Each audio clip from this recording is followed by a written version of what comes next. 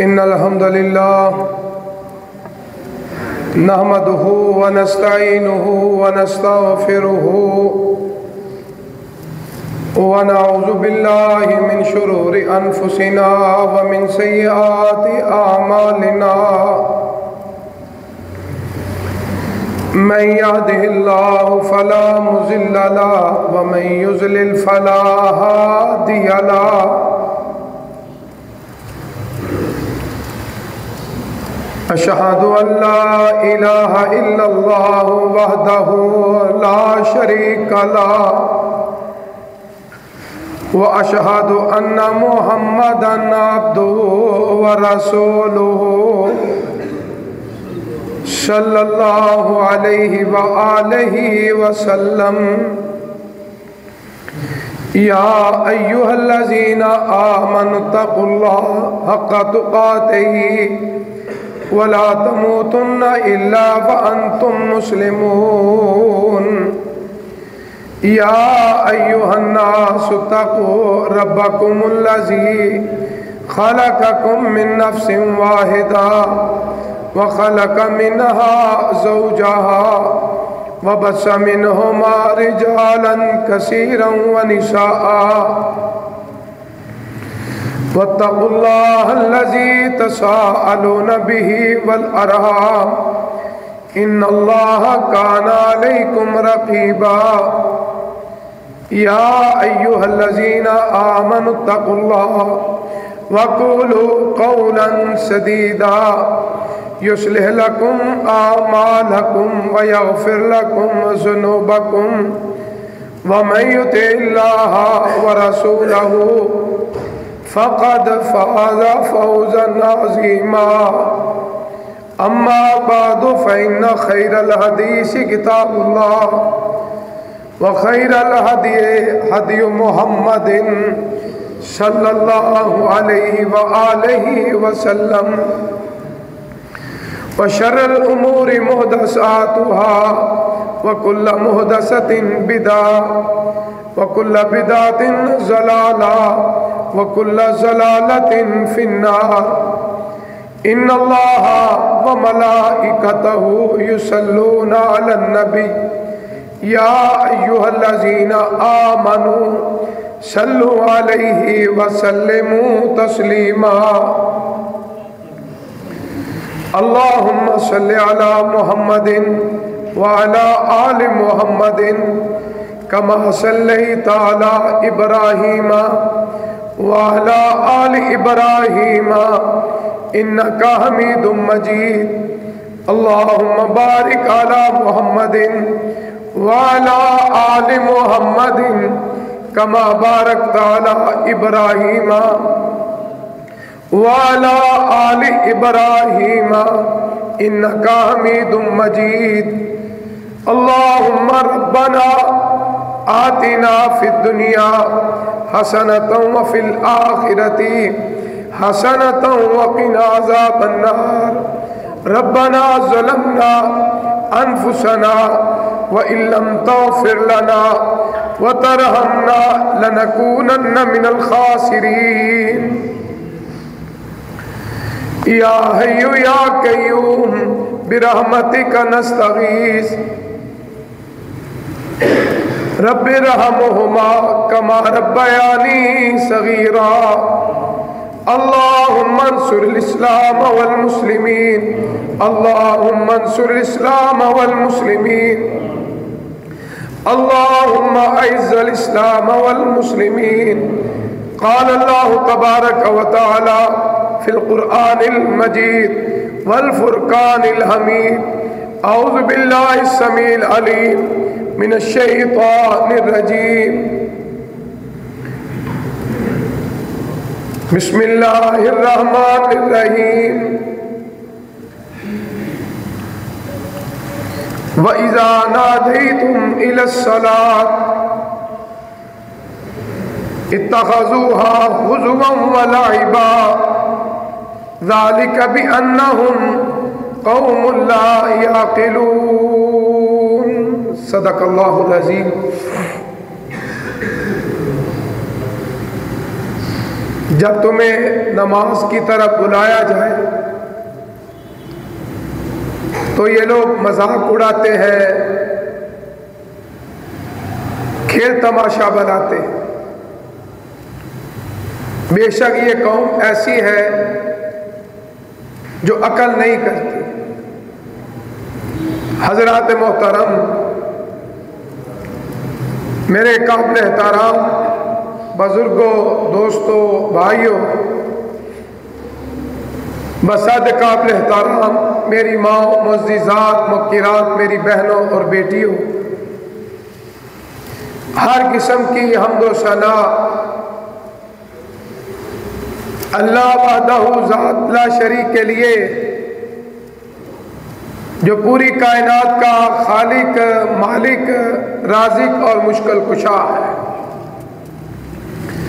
لا تعداد بے شمار انگن درود و سلام امام الانبیاء والمرسلین، خطیب الانبیاء والمرسلین، خاتم الانبیاء والمرسلین، سید الانبیاء والمرسلین، سرور کونین،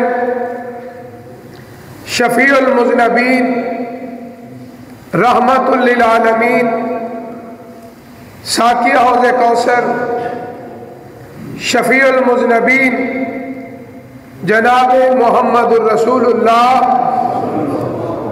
صلی اللہ علیہ وآلہ وسلم کی ذات برکات پر ہے۔ حضرات محترم، آج اس عمل کی بات ہوگی جس کی آواز پوری دنیا میں گونجتی ہے، اور دنیا کے اندر سب سے زیادہ جو بلند آواز ہوتی ہے،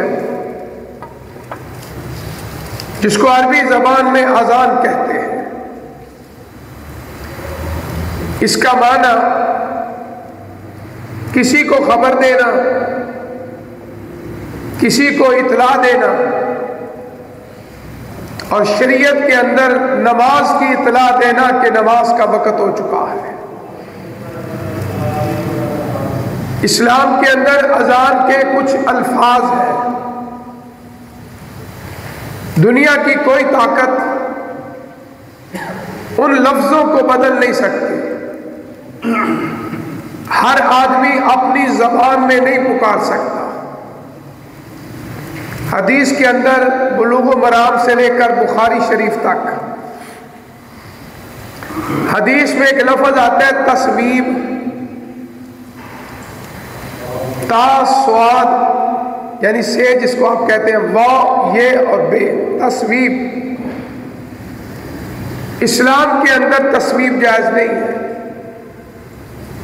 تصویب کا مطلب یہ ہے کہ اگر کوئی آدمی اذان کے علاوہ کچھ دوسرے الفاظوں سے لوگوں کو پکارتا ہے، اسلام نے اس کو منع کیا ہے۔ تاریخ کے اندر اس کی دو دلیلیں ملتی ہیں۔ ایک جناب حضرت علی رضی اللہ تعالی عنہ کے بارے میں، اور ایک حضرت عبداللہ بن عمر رضی اللہ تعالی عنہ کے بارے میں آتا ہے کہ انہوں نے ایک مسجد سے آواز سنی، اذان کے بعد لوگوں کو کوئی پکار رہا ہے کہ نماز کی طرف آ جاؤ، نماز کی طرف آ جاؤ، نماز کی طرف آ جاؤ۔ ان دونوں صحابیوں کے بارے میں آتا ہے، کہنے لگے یہ بدعتیوں کی مسجد ہے، یہاں ہم نے نماز نہیں پڑھنی۔ اس کو کہتے ہیں تصویب۔ مثلا ایک اذان کے الفاظ ہیں، حی علی الصلاۃ، حی علی الفلاح۔ ہر مسلمان مرد، عورت، بچہ، جوان سمجھتا ہے کہ اس کا مطلب یہ ہے کہ نماز کا وقت ہو گیا۔ اللہ نے مسجد کی طرف بلا لیا ہے۔ اب اس کے علاوہ کسی چیز میں اجازت اسلام نے نہیں دی، جس کو تصویب میں نے عربی زبان میں آپ کو بتایا ہے۔ دنیا کے اندر حضرت آدم علیہ السلام سے لے کر آقا علیہ الصلوۃ والسلام تک اذان کے بارے میں کوئی دلیل نہیں ملتی۔ حالانکہ بعض لوگ حضرت ابراہیم علیہ السلام کے بارے میں کہتے ہیں کہ جب انہوں نے بیت اللہ کی تعمیر کی تو انہوں نے اذان کہی، حالانکہ اس بات کی کوئی دلیل نہیں ہے۔ انہوں نے صرف یہ پکار کی تھی کہ اللہ کا گھر بن گیا، کس کے طواف کے لیے آ جاؤ، اعتکاف کے لیے آ جاؤ۔ اس طرح بعض دوست کہتے ہیں کہ حضرت آدم علیہ السلام نے پہلی اذان کہی، اس بات کی بھی کوئی دلیل موجود نہیں ہے۔ صحیح بات یہ ہے کہ آقا علیہ الصلوۃ والسلام نے مکہ کے اندر آپ نے نبوت کے بعد آپ نے 13 سال گزارے ہیں۔ نماز مکے کے اندر فرض ہو چکی تھی، لیکن اذان کا کوئی ثبوت نہیں ملتا۔ جب آپ مدینہ منورہ تشریف لائے، پہلی ہجری پہلا سال ہے، اللہ نے اسلام میں مسجد نبوی بن چکی ہے۔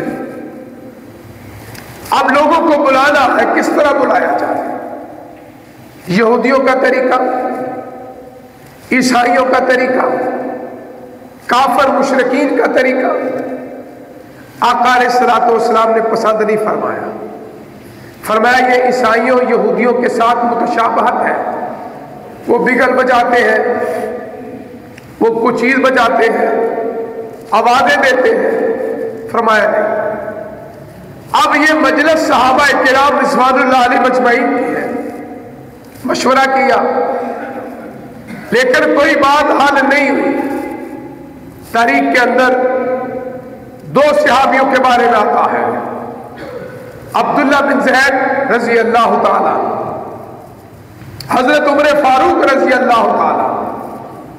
کہتے ہیں اسی پریشانی میں ہم نے اپنے گھروں کو چلے گئے، رات کو آرام کیا۔ عبداللہ بن زید کہتے ہیں خواب میں مجھے اللہ نے یہ الفاظ سنائے جو آج پوری دنیا کائنات میں جس کو اذان کہا جاتا ہے، اللہ اکبر اللہ اکبر، اشہد ان لا الہ الا اللہ، اشہد ان محمد رسول اللہ، حی علی الصلاۃ حی علی الفلاح، اللہ اکبر لا الہ الا اللہ۔ دوسرے صحابی حضرت عمر فاروق رضی اللہ تعالیٰ، جن کو یہی خواب آئے، لیکن جس کو رب عزت زیادہ عطا فرمائے۔ عبداللہ بن زید کہتے ہیں میں بھاگا بھاگا آیا، آقا علیہ الصلوۃ والسلام مسجد نبوی میں تشریف فرما تھے۔ میں نے کہا رات خواب میں یہ الفاظ میں نے سنے، آپ نے فرمایا سناؤ۔ عبداللہ بن زید کہتے ہیں میں نے سنائے، اللہ کے نبی کو بڑے پسند آئے، کیونکہ ان الفاظوں کے اندر توحید ہے، اللہ کی کبریائی ہے، اور اللہ کی نبی رحمت کی رسالت ہے، اور سب سے بڑی بات شرک کی نفی ہے، لا الہ الا اللہ۔ جس وقت عبداللہ بن زید کہتے ہیں میں نے سنایا، آج بعض دوست کہتے ہیں جی خواب ہے، حالانکہ آقا علیہ الصلوۃ والسلام بخاری کی حدیث ہے، آپ ہر روز فجر کی نماز کے بعد صحابہ سے پوچھتے تھے کسی کو خواب آئی ہے؟ صحابہ کہتے ہیں ہاں مجھے فلاں خواب آئی۔ اللہ کے رسول صلی اللہ علیہ وسلم صحابی کی خواب کی تعبیر بیان کرتے ہیں۔ اللہ اکبر۔ آج ہمارے لیے کیا حکم ہے؟ فرمایا خواب آئے، اچھی آئے تو کہو الحمدللہ، کوئی بری خواب آئی ہے، ڈرونی خواب آئی ہے، اچھی نہیں، فرمایا استغفار کرو۔ اب آگے ایک اور حکم ہے۔ پہلی بات تو یہ کہ خواب کسی کو بتانے کی ضرورت نہیں، آج ہمارے یہاں کاروبار بن چکا ہے، سوشل میڈیا پہ بڑے بڑے مفتی بیٹھے ہیں، پیسے دو خواب کی تعبیر بیان کرو۔ دوسرے کچھ لوگ بیٹھے استخارہ کے لیے کہ استخارہ کروانا ہے، پیسے دو، جیز کا اس کا یہ نمبر ہے، ہم آپ کے لیے تہجد کے وقت استخارہ کریں گے۔ یہ سارا کاروبار ہے. دین کے اندر اس چیز کا کوئی ذکر نہیں ہے. استخارہ مثلا آپ کو کوئی کام کرنا ہے، استخارہ آپ خود کریں. ہاں دعا کرانی جائز ہے. آپ کسی امی ہے، آپ کی والدہ محترمہ ہے، آپ کے والد محترم ہیں، ان سے دعا کروائیں. دنیا کے اندر ماں باپ سے بڑا کوئی پیر نہیں، یہ بات یاد رکھنا. کسی بزرگ کی دعا پتہ نہیں قبول ہو یا نہ ہو، ماں باپ کی دعا گارنٹی شدہ قبول ہے. اللہ اکبر. تو سناؤ پیر کون ہوا؟ پیر ماں ہے. پیر کون ہوا؟ باپ ہے، جس کی دعا کو رد نہیں کیا جاتا. اس لیے آپ نے یہ حکم دیا کہ خواب آئی ہے تو پہلی بات تو کسی کو بتانا ہی نہیں. رہی بات استخارے کی، جس طرح میں نے ابھی ذکر کیا، آپ خود استخارہ کریں. دعا زبانی نہیں آتی، دعا کی کتاب ہے، اس کے اندر استخارے کی دعا ہے، دیکھ کے پڑھ لیں. رب نیتوں کو جانتا ہے. اب آگے ایک اور رنگ آ گیا. اے جی استخارہ کرنے کے بعد سو جاؤ اور نیند میں رب دکھاتا ہے، یہ بھی کوئی حوالہ نہیں ہے. استخارے کا مطلب ہوتا ہے اللہ سے خیر مانگنا کہ اللہ اس کام میں خیر ہے، میرے لیے رحمت ہے، میرے لیے برکت ہے، میرے لیے سکون ہے. اللہ اس کے لیے سبب پیدا فرما دیں گے. اگر اس میں کوئی پریشانی ہے، کوئی غم ہے، کوئی تکلیف ہے، کوئی شر ہے، اللہ پھر راستے بند کر دیں گے. اس کا معنی ہے استخارہ کرنا. مرد ہے وہ بھی استخارہ کر سکتا ہے، عورت ہے تو وہ بھی استخارہ کر سکتی ہے. اب بات جو میں ابھی ضمن میں کر رہا ہوں کہ دعا کرانے کی اجازت ہے، لیکن کس سے؟ جو زندہ ہے. مردے سے دعا کرانے کا کوئی ثبوت نہیں ہے، نہ وہ سنتا ہے نہ وہ دیکھتا ہے. زندہ کون ہے؟ آپ اپنے استاد سے دعا کروا سکتے ہیں، آپ کسی بڑے سے دعا کروا سکتے ہیں. آپ سمجھتے ہیں یہ آدمی بہت اچھا ہے، تہجد گزار ہے، 5 وقت کی نماز پڑھتا ہے، آپ اس سے دعا کروائیں. دعا کروانا اللہ کے نبی کی سنت ہے. اللہ اکبر. اس کی دلیل آج کہتے ہیں جی نہیں دعا کروانی جائز نہیں، اور جو اسلام میں اجازت ہے اس کو اجازت رہنے دو. حضرت عمر فاروق رضی اللہ تعالیٰ عنہ عمرے کے لیے جانے لگے، آقا علیہ الصلوۃ والسلام کو ملنے کے لیے آئے. اس کا مطلب ہے حج عمرے سے پہلے ملنا جائز ہے، بتانا جائز ہے. بعض کہتے ہیں دیکھو اشتہار لگوا رہا ہے، ریاکاری کر رہا ہے، استغفر اللہ، شہرت کر رہا ہے کہ میں عمرے پہ جا رہا ہوں، میں حج پہ جا رہا ہوں. یاد رکھو بدگمانی کا دروازہ اسلام نے بند کر دیا ہے. اس کے بتانے کا مقصد کیا ہے وہ آج سن لے. جناب عمر فاروق رضی اللہ تعالیٰ، آقا میں عمرے کے لیے جا رہا ہوں، میرے لیے دعا کر دیجیے. اللہ اکبر. کائنات کے امام نے کیا فرمایا تھا؟ امت کے لیے دروازہ کھل رہا ہے، عمر اپنی دعاؤں میں ہمیں نہ بھولنا. اللہ اکبر. سوال کرنا بھی ثابت ہو گیا، آگے دعا کروانا بھی ثابت ہو گیا. اللہ کے نبی سے بڑی شان تو کسی کی نہیں ہے. آقا علیہ الصلوۃ والسلام کے مقام تک، رتبے تک، شان تک، بلندیاں تک کوئی نہیں پہنچ سکتا.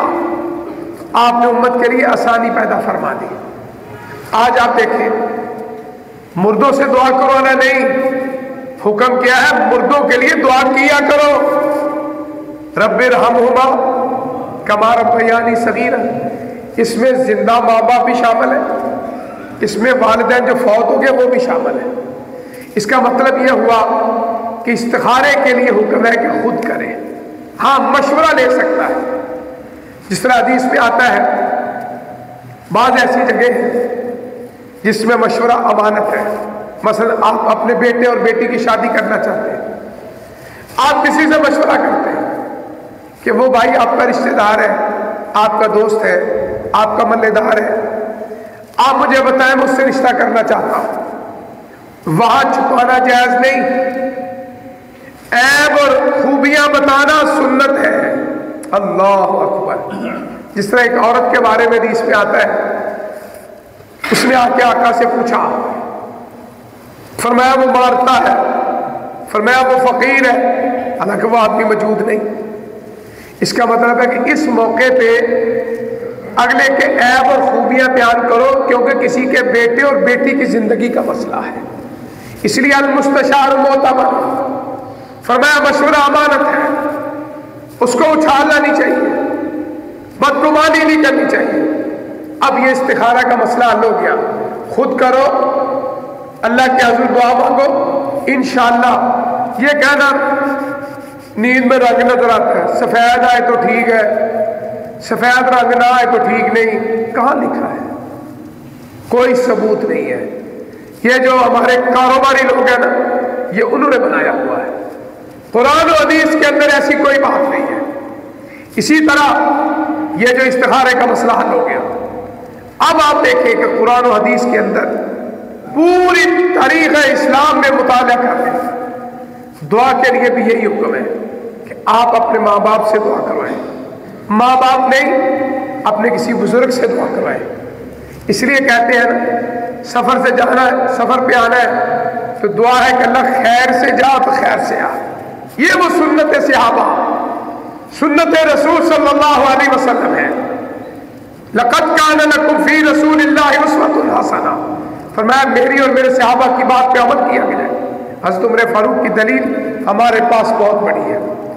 عمرے کے لیے جاؤ، حج کے لیے جاؤ، کوئی ریاکاری نہیں، دعا کرانا آقا علیہ الصلوۃ والسلام کی سنت ہے۔ اس لیے یہ بات واضح ہو گئی۔ اور دوسری بات جو میں خواب کر رہا ہوں، دونوں صحابہ نے خواب بیان فرمائے، عبداللہ بن زید، حضرت عمر فاروق رضی اللہ تعالیٰ، آپ خواب کی تعبیر بیان کرتے ہیں۔ اب حکم کیا ہے کہ آپ نے اگر خواب کی تعبیر پوچھنی ہے تو ایسے عالم سے پوچھیں جو قرآن و حدیث کے اندر سمجھ شعور رکھتا ہے، کیونکہ حدیث میں آتا ہے آپ جیسی تعبیر کریں گے ایسے ہی ہو جائے گا۔ استغفر اللہ۔ ممکن ہے جس کے سامنے آپ خواب بیان کر رہے ہیں وہ اندر سے آپ کا دشمن ہو، حاسد ہو، آپ کے بارے میں کچھ شرارتیں کرتا ہو، وہ ایسی تعبیر کر دے گا ہمارے لیے پریشانی بن جائے گی۔ پہلی بات زیادہ مضبوط ہے، اچھی آئی ہے الحمدللہ، بری خواب آئی ہے تو اللہ سے معافی مانگے، استغفار کریں، صدقہ خیرات کریں، تاکہ اللہ تعالیٰ اس کے مسئلے کو حل فرما دے۔ اب یہاں بھی آقا علیہ الصلوۃ والسلام خوابوں کی تعبیر بیان کرتے تھے، کیونکہ آپ صلی اللہ علیہ وسلم سے زیادہ قرآن و حدیث ہر دنیا میں نہ کوئی ہو سکتا ہے نہ کبھی آ سکتا ہے۔ اب دونوں نے خواب بیان کی، آپ نے فرمایا بلال کو بلاؤ رضی اللہ عنہ۔ صحابہ کرام نے بلال کے بارے میں آتے ہیں کہ آواز بڑی بلند تھی، دراز کرتے آواز بڑی بلند تھی، یہ اللہ کی عطا ہے۔ فرمایا عبداللہ بن زید، اے میرے بلال کو اذان کے یہ جو کلمے ہیں یہ سکھا دو۔ جناب بلال پاس بیٹھ گئے، انہوں نے ان کو لفظ بلفظ سکھائے۔ اللہ کے نبی بھی پاس تشریف فرما ہے، آپ نے ان کو طریقہ بتایا، اس طرح اذان کہنی ہے، کانوں میں انگلیاں اور ان الفاظ میں دائیں، ان الفاظ میں بائیں۔ فرمایا میرے سامنے کھڑے ہو کے نماز کا وقت ہو گیا، فرمایا اذان۔ دنیا کے اندر سب سے پہلا مؤذن خوش نصیب جناب بلال رضی اللہ تعالیٰ۔ آج ہم کہتے ہیں جی اذان کہنے سے نا میری عزت میں فرق آتا ہے، اللہ اکبر۔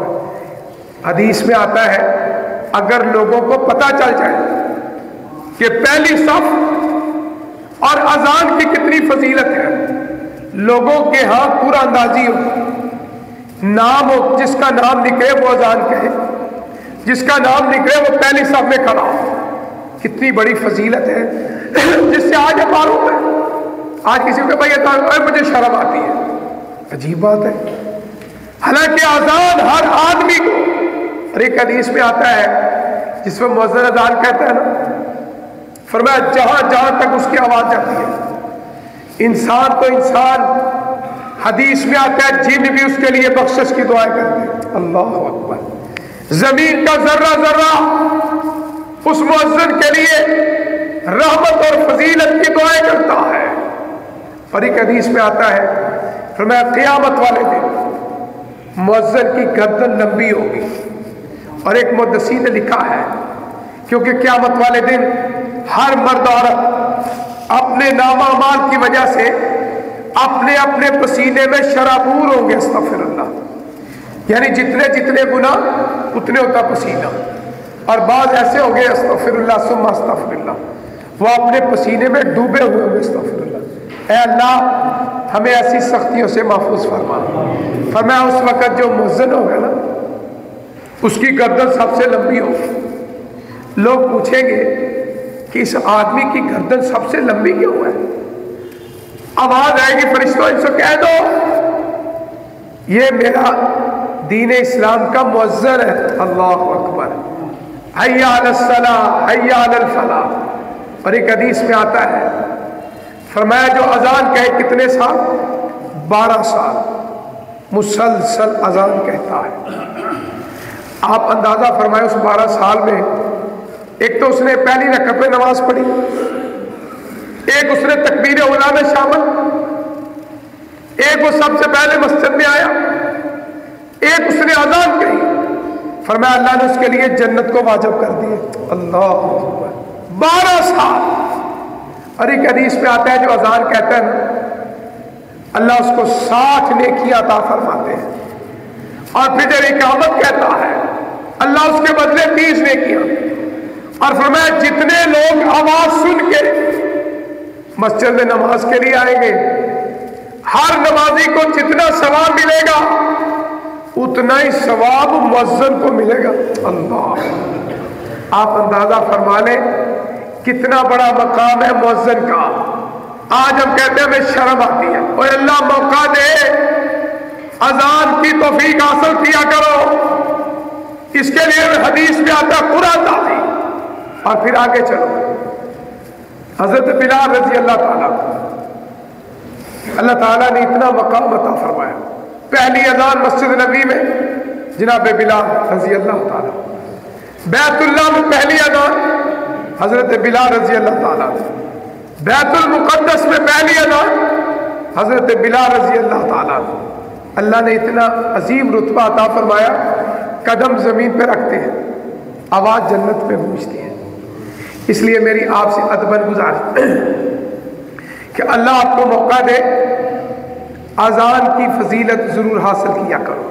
اتنے پیارے جملے، اتنے پیارے کلمات۔ آج بعض دوست کہتے ہیں جی حافظ صاحب اللہ کے رسول صلی اللہ علیہ وسلم نے کبھی اذان کہی؟ اللہ کے بندو، جب آقا علیہ الصلوۃ والسلام نے اذان کی تربیت دی ہے اس کا مطلب ہے کہ آپ نے اذان کہی ہے، لیکن اس طریقے سے نہیں کہ جس طرح کہ ایک مؤذن کھڑا ہو کے کانوں میں ہاتھ رکھ کے اذان کہے، اس طرح کا کوئی ثبوت نہیں۔ جس طرح بعض دوست پوچھتے ہیں کہ اللہ کے رسول صلی اللہ علیہ وسلم نے کبھی زکوٰۃ ادا کی ہے؟ حالانکہ زکوٰۃ فرض ہے، اللہ کے بندو اللہ کے نبی کی نام وراثت ہے، نہ انہوں نے مال جمع کیا، کیونکہ زکوٰۃ کے لیے شرط ہے کہ سال گزر جائے پھر زکوٰۃ ہوتی ہے۔ آپ کیا کرتے تھے؟ ادھر مال آتا اللہ کی راہ میں خرچ کرتے تھے، صدقہ خیرات کرتے تھے۔ جب جمع ہی نہیں ہوا تو آپ نے زکوٰۃ کس طرح دی؟ امت کے لیے حکم ہے کھاؤ بھی، پیو بھی، ذخیرہ بھی کرو، جمع کرو۔ جب جمع کرے گا سال گزر جائے گا اس کے اوپر زکوٰۃ فرض ہو جائے گی۔ تو اس لیے یہ باتیں کرنا ایسی ایسی بعض لوگ عجیب طرح کے سوال کرتے ہیں، لیکن یہ بات سمجھ میں آ گئی کہ اذان جو ہے یہ بہت ضروری ہے کہ ہر مسلمان کو یاد ہونی چاہیے۔ اب اس اذان میں آپ نے کیا کرنا ہے؟ شرط کیا ہے؟ باوضو کے اذان کے، یہ تو فضیلت ہے۔ اگر ٹائم تھوڑا ہے، وضو نہیں کیا تو اسلام کے اندر اجازت ہے کہ بغیر وضو کے اذان کہہ سکتا ہے۔ یہ اسی طرح سمجھ لو کہ آپ نے وضو کیا، وضو کے ساتھ مسواک نہیں کی، حالانکہ مسواک کی بڑی فضیلت ہے۔ اگر کوئی آدمی کہے جی میں نے مسواک نہیں کی، میرا وضو نہیں ہوا، یہ بات بھی غلط ہے، کیونکہ وضو ضروری ہے، مسواک فضیلت ہے۔ اگر کوئی وضو کرنے والا ساتھ مسواک کر لیتا ہے اس کا درجہ بڑھ جائے گا۔ اسی طرح اذان کہنے والا اگر وضو کر کے اذان کہتا ہے تو بہت اچھی بات ہے، فضیلت ہے، لیکن اذان کے لیے وضو شرط نہیں، ضروری نہیں، واجب نہیں، بغیر وضو کے بھی اذان کہہ سکتا ہے۔ اب اس میں ایک فرق ہے، عورت اذان نہیں کہہ سکتی، یہ اسلام کا قانون ہے۔ مرد جو ہے وہ اذان کہے گا، کیونکہ اذان کے لیے آواز کو بلند کرنا پڑتا ہے، عورتوں کے لیے اسلام نے اجازت نہیں دی۔ اور اسی طرح آپ احباب دیکھیں، جب مردوں کی نماز ہوتی ہے امام آگے کھڑا ہوتا ہے، عورتیں اگر باجماعت نماز پڑھے جس طرح مدارس کے اندر یا بالفرض گھروں کے اندر جو بیٹیاں بہنیں رمضان مبارک میں قیام اللیل کرتی ہیں تو ان کا حکم کیا ہے؟ وہ پہلی صف میں درمیان میں کھڑی ہو، درمیان میں کھڑے ہو کر وہ عورتوں کی امامت کروا سکتی ہے، لیکن مردوں کی امامت مرد کرے گا۔ پچھلے دنوں آپ نے دیکھا ہوگا ایک مسجد میں ایک عورت کو انہوں نے امام رکھا، دین کا لوگوں نے مذاق اڑایا، ویڈیو بھی آئی، فوٹو بھی آئی۔ اسلام اس بات کی اجازت نہیں۔ قرآن مجید میں آتا ہے الرجال قوامون علی النساء، اللہ نے مردوں کو بڑی عزت اور فضیلت عطا فرمائی۔ آج کہتے ہیں جی بعض عورتوں نے کہا جی قرآن مجید میں الرجال آتا ہے، ہمارا کوئی ذکر نہیں۔ اس کا مطلب یہ ہے کہ اللہ جس کو فضیلت دے، دنیا کی کوئی طاقت اس فضیلت کو، اس رتبے کو، اس مقام کو کم نہیں کر سکتی۔ اس لیے اذان بڑی فضیلت ہے۔ میری آپ احباب سے گزارش ہے، اپنے بچوں کو اذان کے جملے سکھاؤ۔ اب جب اذان ہو رہی ہے حکم کیا ہے؟ فرمایا خاموشی سے سنو۔ اذان کا جواب دینا سنت ہے، اور اس میں اللہ اکبر اللہ اکبر سن کے آپ بھی کہیں اللہ اکبر۔ اس لیے حکم ہے کہ مؤذن سپیڈ کے ساتھ اذان نہ کہے، اللہ اکبر اشہد ان لا الہ الا اللہ، فرمایا ٹھہر کے۔ اس میں حکمت کیا ہے؟ آپ کہیں اللہ اکبر، رک جاؤ تاکہ سننے والے اذان کا جواب دے سکیں۔ سارے کلمات کا سیم جواب ہے، لیکن جب مؤذن کا حی علی الصلاۃ، حی علی الفلاح، نماز کی طرف آ جاؤ، کامیابی کی طرف آ جاؤ، فرمایا یہاں پھر پڑھنا لا حول ولا قوت الا باللہ۔ اس لیے اذان خاموشی سے سننا، اذان کا جواب دینا، یہ اللہ کے رسول کا حکم ہے ہمارے لیے۔ بعض دوست اذان ہو رہی ہے گپ لگانی شروع کر دیتے ہیں، یہ اذان کی بے ادبی ہے۔ جب اللہ کا نام بلند ہو رہا ہے، اللہ کے نبی کا نام بلند ہو رہا ہے، تو آپ اسی وقت خاموش ہو جائیں، بلکہ وہ دوسرا بات کرے، بھائی چپ کر جاؤ، اذان شروع ہو گئی ہے۔ اب یہاں بعض دوست پوچھتے ہیں کہ اذانیں ہوتی رہتی، ایک مسجد میں ختم ہوئی، دوسری میں، تیسری میں، کیا ہم ہر اذان کا جواب دیں گے؟ اللہ کے بندے، جب ایک اذان کا آپ نے جواب دے دیا ہے تو اس کا مطلب ہے کہ آپ نے حق ادا کر دیا ہے، یعنی ایک اذان اللہ موقع دے تو جو بھی جملہ سنے تو اس کا جواب دے۔ اب یہاں بات پوچھتے ہیں جی آقا علیہ الصلوۃ والسلام کا نام آتا ہے، اشہد ان محمد رسول اللہ صلی اللہ علیہ وسلم، کیا یہاں درود پڑھنا ہے؟ اس حدیث کے مطابق جہاں آقا علیہ الصلوۃ والسلام نے فرمایا تھا جو میرا نام سن کر، میرا نام دیکھ کر، میرا نام پڑھ کر مجھ پہ درود نہیں پڑتا، راغب انفہ، فرمایا اس کی ناک خاک آلود ہو جائے۔ اس کا مطلب ہے اس کے کانوں میں سونے نبی کا نام آیا ہے تو جواب دے اشہد ان محمد رسول اللہ، ساتھ ہی پڑھے صلی اللہ علیہ وآلہ وسلم۔ اس لیے بعض لوگ کہتے ہیں کہاں لکھا ہے؟ اور جب یہ حکم آ گیا ہے کہ اللہ کے نبی کا نام کانوں میں آیا ہے، محمد صلی اللہ علیہ وسلم، فضیلت ہے، رتبہ ہے، مقام ہے، اس لیے خاموشی کے ساتھ آپ نے اذان کا جواب دینا ہے۔ آگے آ جو اقامت کا مسئلہ ہے، کسی حدیث میں اقامت کے بارے میں واضح نہیں آیا کہ اقامت کے جملوں کا جواب دیا جائے، صرف اتنا آتا ہے کہ جب پکارا جائے، آواز دی جائے تو کلمہ کو جواب دو، تو یہاں محدثین کہتے ہیں کہ اگر کوئی آدمی اس کو دلیل لے کر جواب دیتا تو ٹھیک ہے، لیکن واضح طور پر صرف اذان کے کلمات کے جواب کے بارے میں آیا۔ اب یہاں الصلاۃ خیر من النوم یا قد قامت الصلاۃ، بعض لوگ یہاں پڑھتے ہیں اقام اللہ و ادامہ، یہ بھی کسی حدیث سے ثابت نہیں ہے، کوئی ایسا جواب نہیں، یہ ہم نے خود بنایا ہوا ہے۔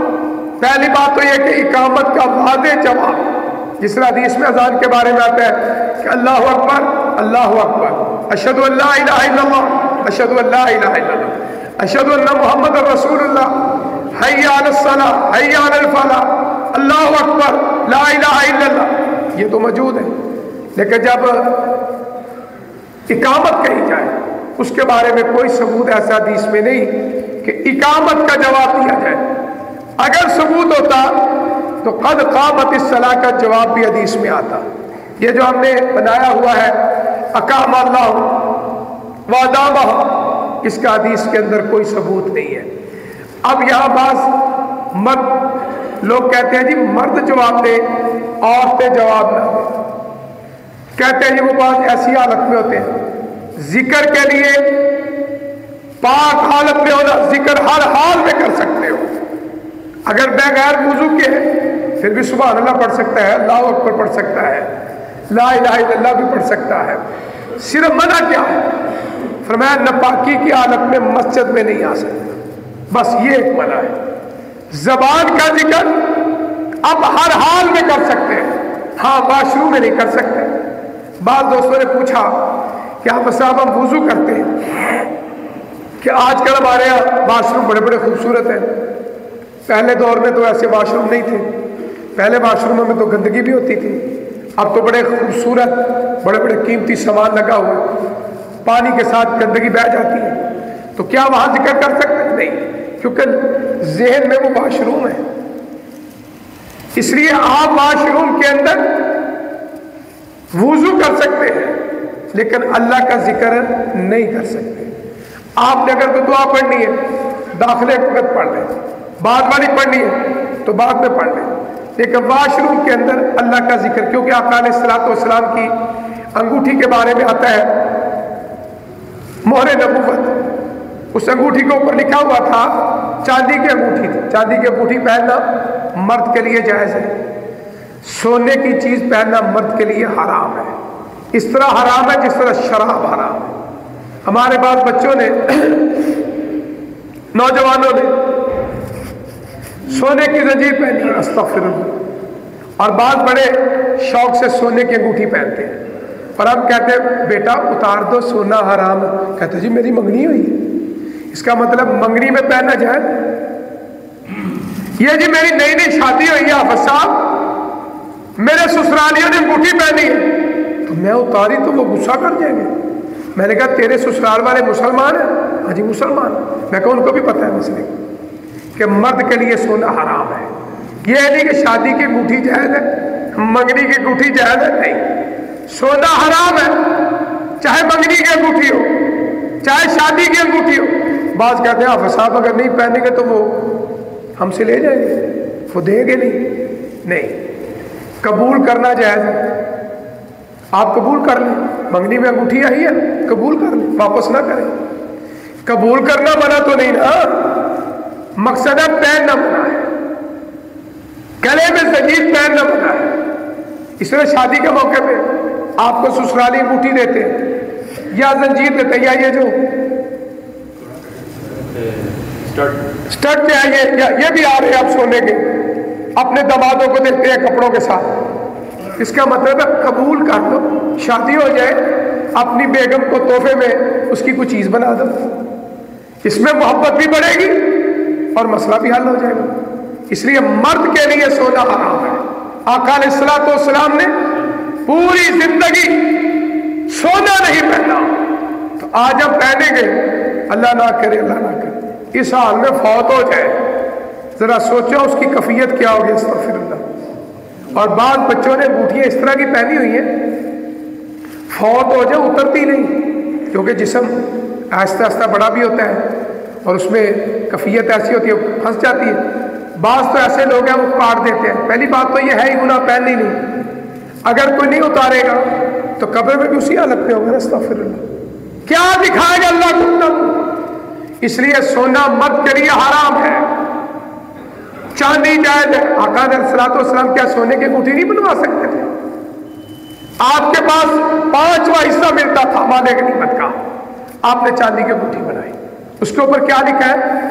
محمد الرسول اللہ صلی اللہ علیہ وسلم. آپ قضائے حاجت کے لیے جب تشریف لے جاتے اپنی انگوٹھی اتارتے، کسی صحابی کو پکڑاتے، پھر آپ وہاں جاتے.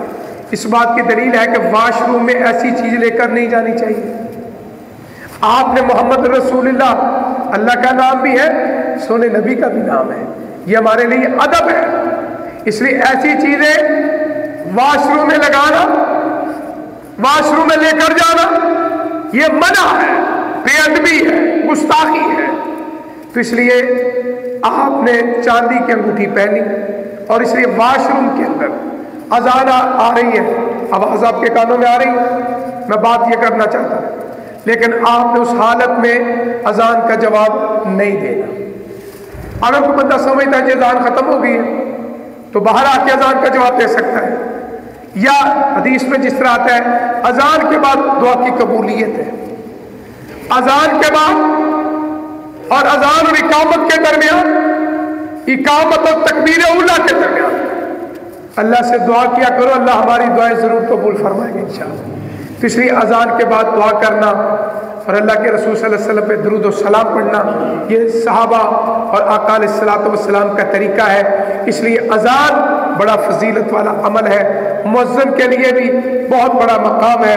اس لیے میری آپ احباب سے گزارش ہے کہ اذان جو ہے زندگی میں اللہ موقع دے، انکار نہ کرے.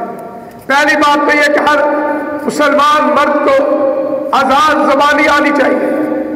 کسی جگہ پہ بیابان جنگل ہے، آپ سفر پہ جا رہے ہیں، آپ کے ساتھ 8-10 دوست ہیں، اللہ نے موقع دی ہے، تو وہاں کہتے ہیں چلو جی باجماعت نماز پڑھیں، تو یہ بھی ٹھیک ہے. تو پہلے ایک آدمی اذان کہے، پھر تکبیر کہے، اقامت کہے، تو کتنا خوبصورت یہ عمل ہے. بعض کا نہ کوئی نماز پڑھانے والا، نہ کوئی جی مجھے اذان ہی نہیں آتی. اس لیے میری آپ سے گزارش ہے کہ اذان کا عمل بڑا خوبصورت عمل ہے. اللہ نے مؤذنوں کو بڑا مقام عطا فرمایا ہے. اور جس طرح میں نے حدیث بیان کی کہ کوڑا ڈالا جائے کہ آج کون اذان کہے، تو اس لیے اللہ کے رسول صلی اللہ علیہ وسلم کے اسی فرامین کے مطابق ہمیں بھی اللہ موقع دے تو زندگی میں کبھی نہ کبھی یہ پیارے کلمات جو ہے اذان کے بلند کرے. اللہ اکبر، اللہ اکبر، اشہد ان لا الہ الا اللہ، اشہد ان محمد رسول اللہ، حی علی الصلاۃ، حی علی الفلاح، اللہ اکبر، اللہ اکبر، لا الہ الا اللہ. اللہ کے حضور دعا ہے رب العالمین مجھے اور آپ کو اس پہ عمل کرنے کی توفیق عطا فرمائے. وآخر دعوانا ان الحمدللہ رب العالمین. سبحان ربک رب العزت عما یصفون وسلام علی المرسلین والحمدللہ رب العالمین. سبحان اللہ.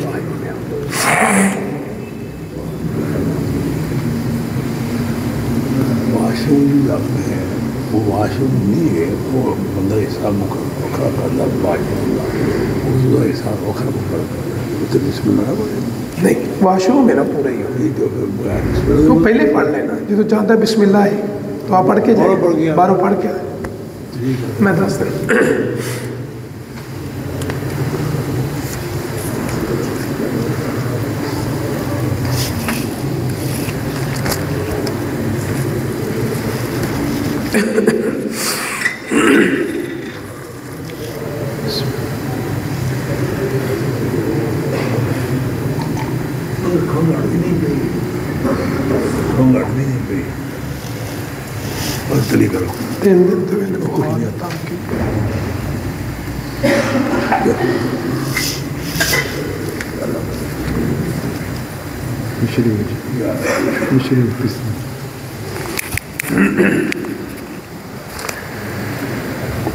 ان الحمد للہ نحمده ونستعینه ونستغفره ونعوذ باللہ من شرور انفسنا ومن سیئات اعمالنا من يهدي الله فلا مضل له ومن يضلل فلا هادي له.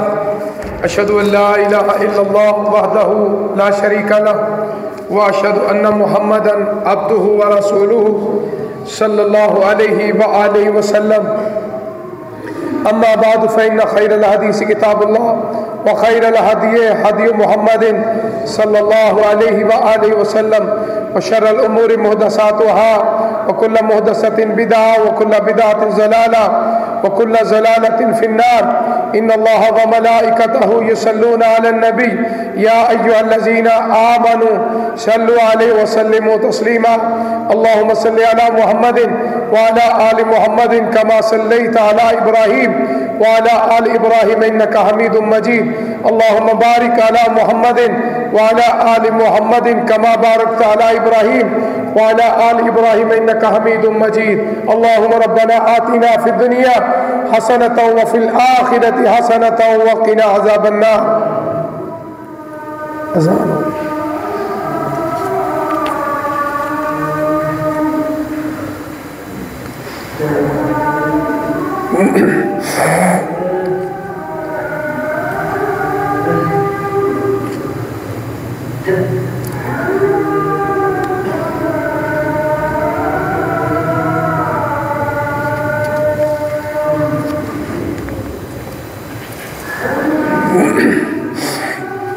لا حول.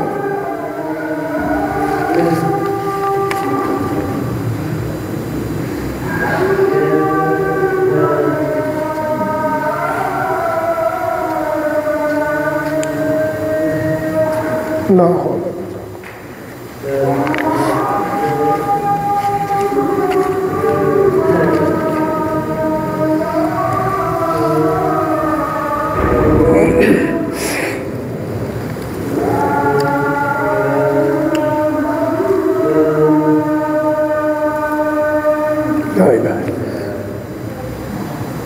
ایک بہن نے مسئلہ پوچھا ہے کہ کچھ عورتوں نے اپنی نام والی چینیں پہنی ہوتی ہیں، کیا وہ باتھ روم میں کیا وہ ہاں یہ تو میں نے ابھی بتا دیا مسئلہ کہ جس کے اوپر ایسا نام ہے جیسے عبد الرحمن ہے یا عبداللہ ہے، اس طرح قال صلی اللہ علیہ وسلم محمد الرسول اللہ لکھا ہوا تھا، یعنی ایسے نام ہیں جن کے ساتھ اللہ یا اللہ کے نبی صلی اللہ علیہ وسلم کا بات آتی ہے یا ذکر کو مراد ہوتا ہے تو احتیاط یہی ہے کہ اتار کے جایا کریں. اذانوں کے درمیان دعا رد نہیں ہوتی تو اقامت بھی اذان ہے؟ نہیں، اذان ہی ہے، اقامت ہی ہے. اذان کے بعد جو ہے وہ دعا کی قبولیت کا وقت ہے. یہ ہمارے کوئی بھائی ہیں اقبال ایوب صاحب فوت ہو گئے ہیں، دعا فرمائے اللہ تعالیٰ ان کی بخشش فرمائے، ان کی قبر کو جنت کے باغوں میں سے باغ بنا دے اور ان کے ورثاء کو اللہ صبر جمیل عطا فرمائے. یہ ہمارے بہت پیارے بھائی شیخ اجاز صاحب، ان کی عالیہ میاں بیوی صاحب فراش بیمار ہیں، اللہ کے حضور دعا ہے کہ اللہ تعالیٰ دونوں کو مکمل صحتیابی عطا فرمائے اور اللہ تعالیٰ ان کو تندرستی والی نیکیوں والی لمبی زندگی عطا فرمائے.